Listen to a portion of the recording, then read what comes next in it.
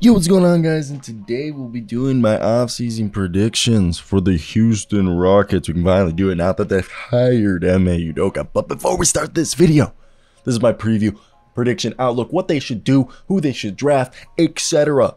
And I want to hear your thoughts down below. Who do you think your Houston Rockets should get? Let's get right into it. As you guys know, they hired Ime Udoka, and we'll get into that.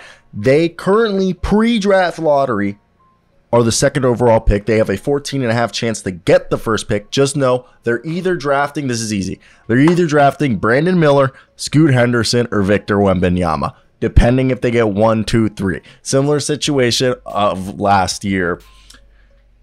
It'll be interesting if they end up with the third pick. I really hope they get Scoot Henderson, because if they get I love Victor Wembanyama, obviously, but I love Alperen Şengün, and obviously that would make the whole Şengün situation a little bit clouder. But if they get Scoot, they finally answer the point guard position. That's just me, and I also kind of want Victor Wembanyama on the Spurs, just because international team. My family's from Argentina and Europe and like Yugoslavia, so like in my travels, everyone overseas has a Spurs jersey, especially in Argentina, so like that little biased there. But either way, I would love Vic, Scoot, or Brandon Miller on this team. But let's get into the team.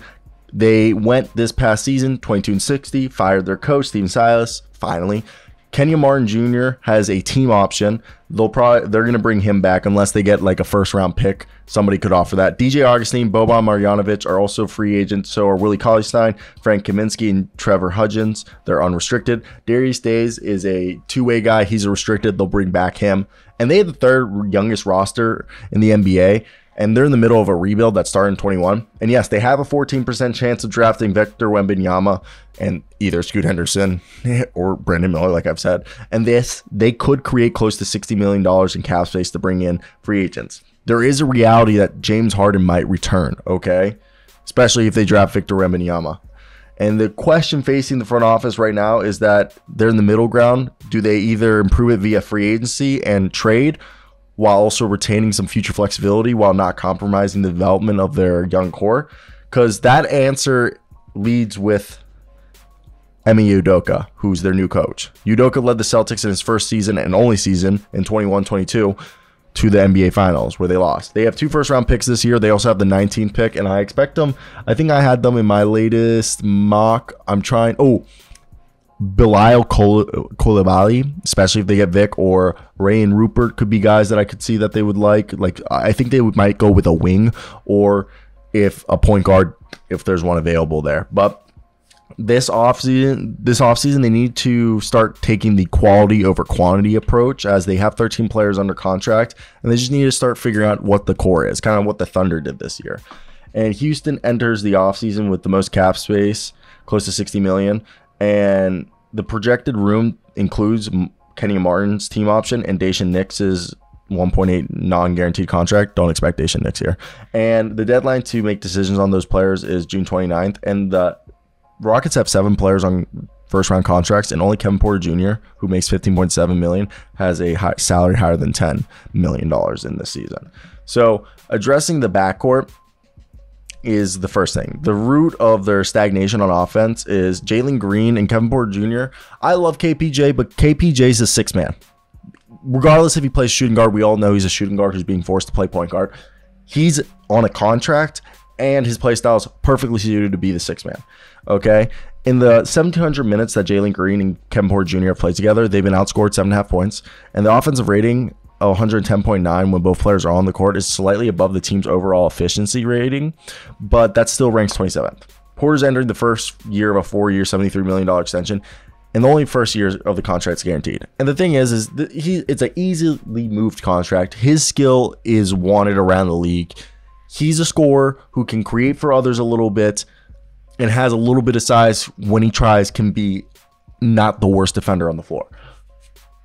So first off, Kevin, if you really want to move on from Kevin Porter Jr., that's possible. But Kevin Porter Jr. is perfectly suited to be the 6-man. If you get yourself a guy like Scoot Henderson, or if you go out and bring in a guy like Fred VanVleet, or trade for a Tyus Jones or something, I'm telling you right here, that would be great. And then you have Kevin Porter Jr. come off the floor for Jalen Green, okay? And you have Kevin Porter Jr. play alongside an actual playmaker. Now, Kenyon Martin has outplayed the 4-year, $6.1 million contract he signed in 2020, my apology. And the 2020 second round pick averaged a career high 12.5 points, 5.6 rebounds, and about 27.5 minutes while not missing a single game this year. And he's eligible for a 4-year, $58 million extension through June 30th, but that would cut significantly into the cap space Houston has this summer. And by declining his team option, it will allow Kenyon Martin to become a restricted free agent, which then in turn, the Rockets can match any offer sheet extended to him by an opposing team. So by doing that, they can also go over the cap and circle back and sign him after using all of their cap space if they were to be able to get James Harden, because that would create a $5.2 million cap hold. So Houston could also just pick up the option, which would make Martin an unrestricted free agent next year, but both sides would have until next June to come to a contract extension agreement. Now, again, if they did accept the option, I expect him to be traded.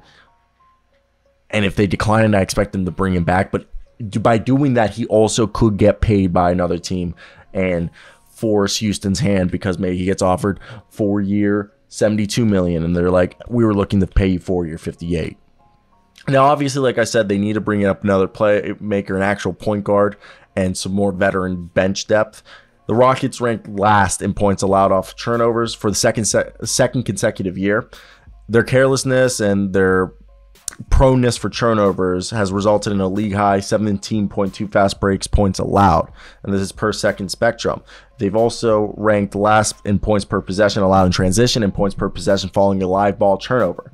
So again, this is things Ime Udoka is going to go out and fix, and we've talked about it before. The reason why Ime Udoka was hired initially was so they can fix these issues. So for me, I think you look at here and you said, all right, I think this is going to be a situation that hopefully the Rockets, by hiring a guy like Ime, you alleviate, you don't have to worry about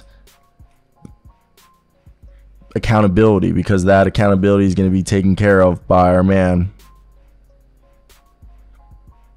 big boy, Ime Udoka. Now let's finish talking about the rest of this team, because I think it definitely is an interesting situation when you look at it, because Ime Udoka is a coach that,